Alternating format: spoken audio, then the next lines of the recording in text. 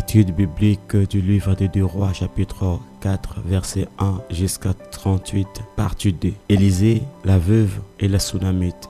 2 Rois, chapitre 4, verset 8 à 30, la Sunamite. Les récits ci-dessus de la veuve n'est pas les seuls dans la Bible où nous voyons la puissance libératrice de Dieu en manifestation, comme nous l'avons dit. Notre Dieu est un Dieu de délivrance et par conséquent, la Bible est pleine de cas qui parlent de personnes qui ont cru en lui et ont été délivrées. L'un de ces cas se trouve dans le même chapitre de 2 Rois et suit les récits de la veuve avec les 2 fils. À partir donc du verset 8, nous lisons 2 Rois chapitre 4 verset 8. Or, il arriva un jour qu'Élisée se rendit à Sunem où se trouvait une femme notable et elle les persuada de manger de la nourriture. Ainsi, chaque fois qu'il passait par là, il se rendait là pour manger de la nourriture. Une fois de plus, une femme est l'un des personnages principaux de l'histoire. Cependant, contrairement au cas précédent où la femme était très pauvre, cette femme était une notable, c'est-à-dire une personne de position qui n'avait très probablement pas de problèmes économiques. Or, un jour qu'Élisée était dans la région, cette femme notable l'a persuadé de manger chez elle. Et finalement, chaque fois qu'il passait par là, il lui mangeait de cela. Nous pouvons comprendre les respects et les soins de cette femme pour Élisée. Car tu n'invites pas quelqu'un à manger chez toi chaque fois qu'il passe. Si tu ne le respectes pas et ne prends pas soin de lui, mais vraiment pourquoi cette femme se souciait-elle tant d'Élisée? Le reste du verset 8 nous donne la réponse. 2 Rois, chapitre 4, verset 8. Et elle dit à son mari, « Regarde maintenant, je sais que c'est un saint homme de Dieu qui passe régulièrement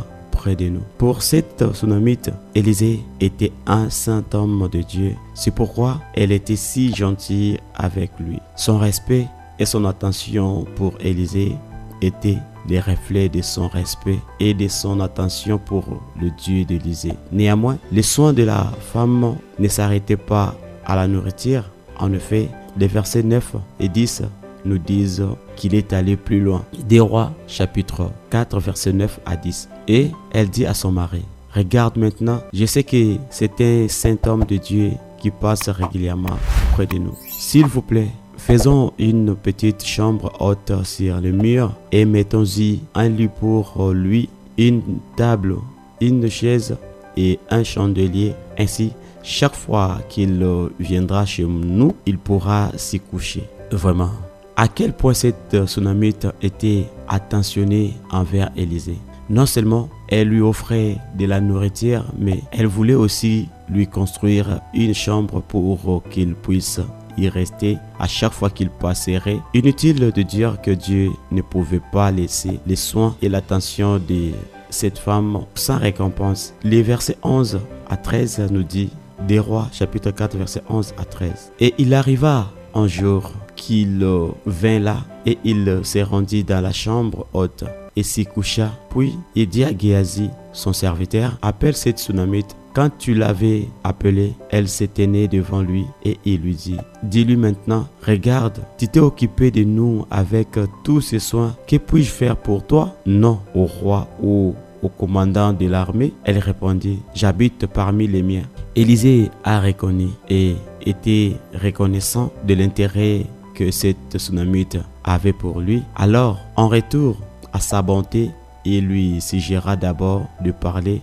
à son nom au roi ou au commandant de l'armée. Cependant, ce n'était pas quelque chose que la Sunamite désirait, car elle était satisfaite de vivre parmi les siens. C'est qu'elle désirait grandement est donné dans le verset suivant, 2 Rois chapitre 4 verset 14 à 17. Alors il dit, que faire donc pour elle? Et Géasi répondit, en effet, elle n'a pas de fils et son mari est âgé. Il dit, appelle-la. Lorsqu'il l'eut appelée, elle s'étend sur le pas de la porte, puis il dit, vers cette époque, l'année prochaine, tu embrasseras un fils. Cette femme n'avait pas d'enfant et scientifiquement parlant, elle n'avait pas de probabilité d'en avoir un, car son mari était âgé. Néanmoins, cela ne signifie pas qu'elle ne pouvait pas en avoir un, car il y a quelqu'un qui satisfait de désir même lorsque la science donne des probabilités nulles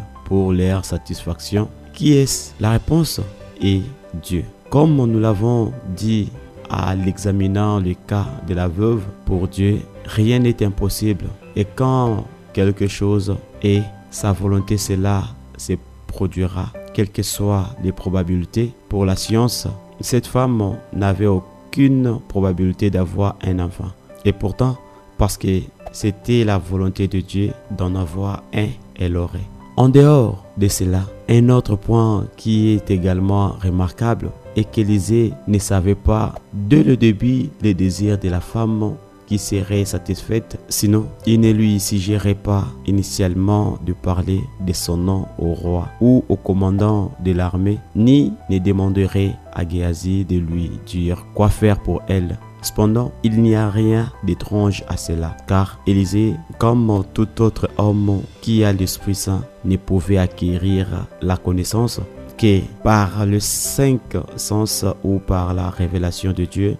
De toute évidence, dans notre cas, Dieu ne lui avait pas révélé dès le début que la femme désirait grandement un enfant. Au lieu de cela, il lui a dit via Géasi, car il pensait que c'était la meilleure façon de rendre l'information relative disponible. Puis, après qu'Élisée ait su par Géasi que la femme n'avait pas d'enfant, Dieu lui a donné directement la révélation, lui disant que dans un an, à partir de là, la femme aurait un fils, et c'est pourquoi Élisée lui a annoncé. La réaction de la femme à cette merveilleuse promesse est donnée au verset 16. Des Rois chapitre 4 verset 6. Et elle dit, non mon Seigneur, homme de Dieu, ne mens pas à ta servante. La femme pensait qu'Élisée lui mentait. Elle ne pouvait pas croire que son grand désir serait enfin satisfait. Ce n'est pas inhabituel. Parfois, nous sommes lents à croire les choses merveilleuses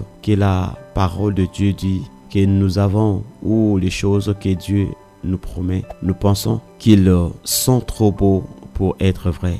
Cependant, nous devons comprendre que seuls les dons et parfaits viennent de Dieu. Jacques chapitre 1 verset 17. Quand il s'agit de lui, il n'y a rien de tel que trop beau pour être vrai, car de Dieu ne viennent que de choses bonnes et vraies.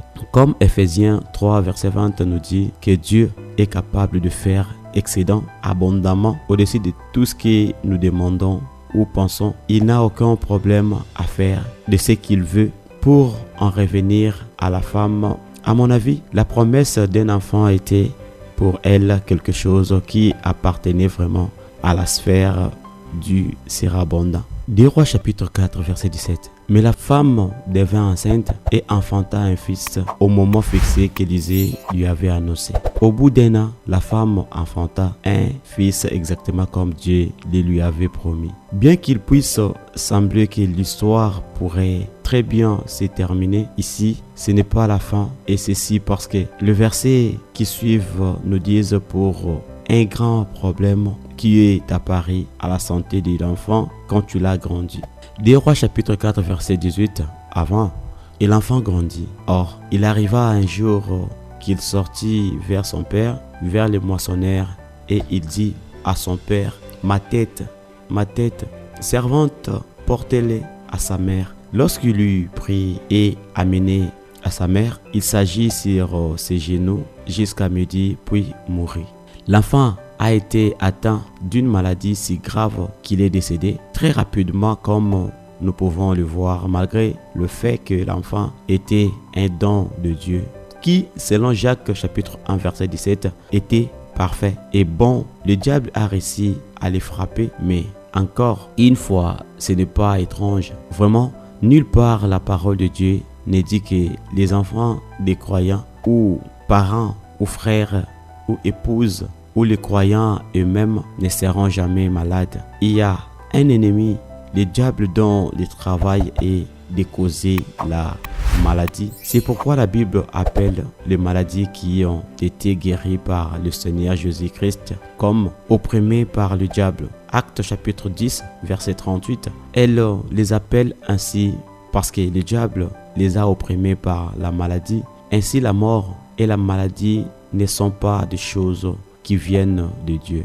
En revanche, ce sont des choses dont la source est à l'opposé de la puissance spirituelle de Dieu. Le diable, néanmoins, bien que l'adversaire soit capable, lorsqu'il trouve les chemins d'apporter la maladie, Dieu qui est bien plus grand que les diables, 1 Jean chapitre 4 verset 4, peut nous guérir de n'importe quel type de maladie, comme le dit Psaume 103 verset 3. Qui guérit toutes vos maladies? Dieu ne guérit pas la moitié de nos maladies, mais toutes, quelle que soit l'opinion de la science quant à leur guérison. Revenant maintenant à la femme, Dieu pouvait-il aller jusqu'à revenir sur le fait apparemment irréversible de la mort de l'enfant? Nous verrons la réponse dans un instant, après avoir d'abord vu la réaction de la femme à ce fait. 2 Rois chapitre 4 verset 21 à 24.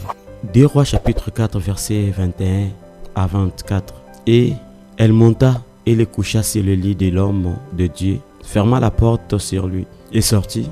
Puis elle appela son mari et dit: les jeunes gens et l'un des ânes, afin que je cours vers l'homme de Dieu et que je vienne. Alors il a dit: pourquoi vas-tu chez lui aujourd'hui? Ce n'est ni la nouvelle lune, ni le sabbat. Et elle a dit: c'est bien. Puis elle sella un âne et dit à son serviteur: conduis et avance, ne me ralentis pas le pas, à moins que je ne te le dise. D'après la réaction de la femme, il est clair qu'elle n'a pas considéré la mort de son fils comme une réalité irréversible. Vraiment, au lieu de pleurer autour de l'enfant et d'annoncer la mort à son mari, elle mit l'enfant sur le lit de l'homme de Dieu et descenda à son mari de lui donner un âne et un jeune homme pour qu'elle aille vers lui. Évidemment, cette femme a reconnu que son enfant était un cadeau que Dieu lui avait fait et que sa mort n'était pas la volonté de Dieu. Ainsi, elle n'acceptait pas que la mort de son fils soit une réalité qui ne pouvait pas changer. C'est pourquoi elle s'est précipita vers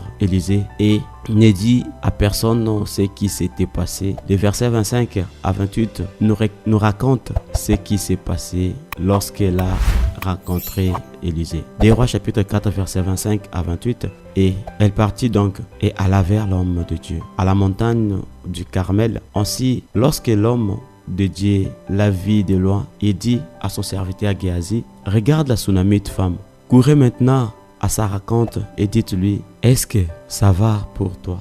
Est-ce que ça va avec ton mari? Est-ce que ça va avec l'enfant? Et elle répondit: c'est bien. Lorsqu'elle arriva vers l'homme de Dieu sur la colline, elle le saisit par les pieds. Mais Géasi s'approcha pour la repousser. Mais l'homme de Dieu dit: laisse-la, car son âme est dans un profond désarroi. Et le Seigneur me l'a caché et ne me l'a pas dit. Alors elle dit: ai-je demandé un fils à mon Seigneur? N'ai-je pas dit: ne me trompez pas? Une fois de plus, nous pouvons voir que sans que le Seigneur le lui dise, Élisée, comme tout autre homme, était impossible de savoir à l'avance ce qui arrivait à la femme. La femme était visiblement très triste. Cependant, malgré son grand chagrin, elle trouva le courage de laisser son enfant mort à la maison et de rendre visite à l'homme de Dieu. La réaction d'Élisée a été immédiate. 2 Rois chapitre 4 versets 29 à 31. Alors il dit à Géasi: prépare-toi, prends mon bâton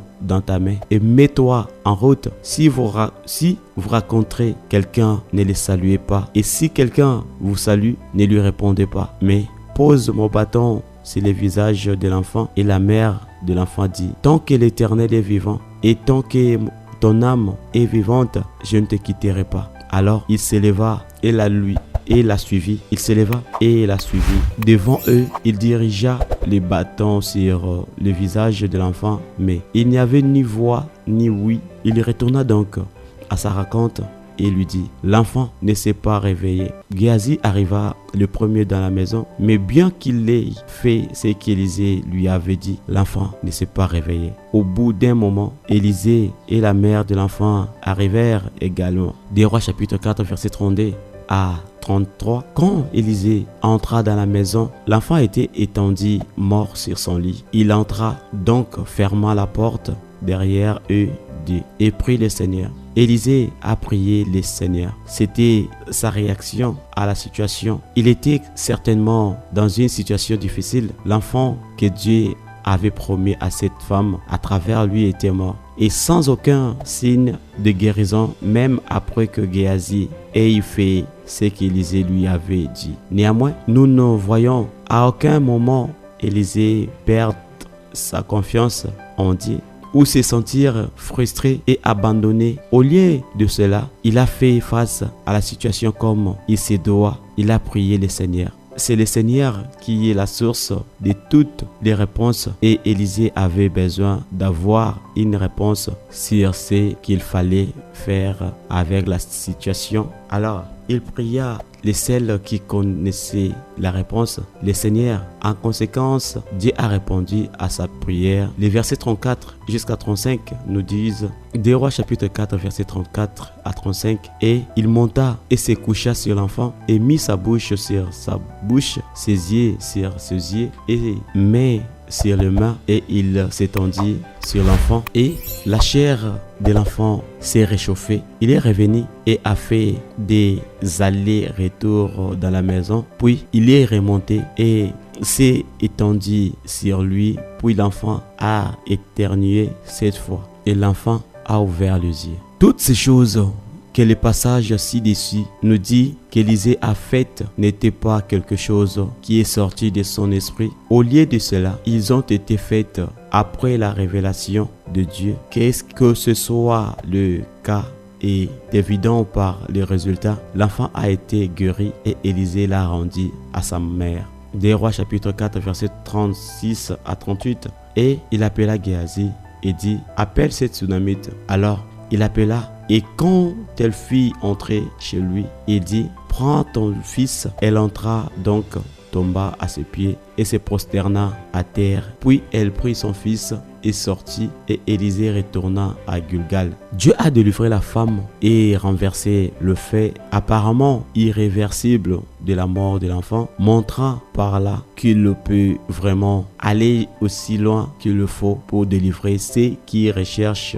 son pouvoir de délivrance. Conclusion. Dans cet article, nous avons examiné deux cas qui nous ont montré la puissance libératrice de Dieu. Le lecteur est encouragé à étudier la parole de Dieu par lui-même pour trouver plus d'exemples par les deux cas que nous avons examinés et généralement dans tous les cas que l'on peut trouver en étudiant la Bible, la leçon qui est donnée est la même. Ceux qui font confiance au Seigneur et les cherchent n'auront jamais honte de quelques problèmes qu'ils puissent rencontrer. Notre Dieu est un Dieu de délivrance et il n'y a pas de limite à sa puissance de délivrance.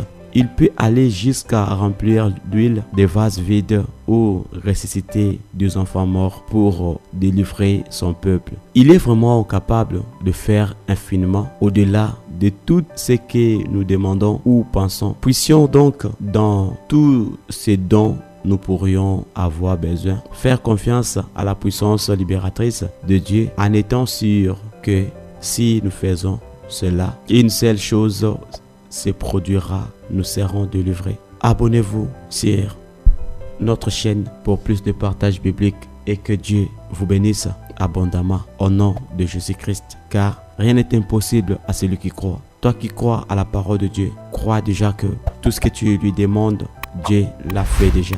C'est ce que la Bible nous dit, que tout ce que nous demanderons en priant, croyons déjà de l'avoir reçu. Que Dieu vous bénisse.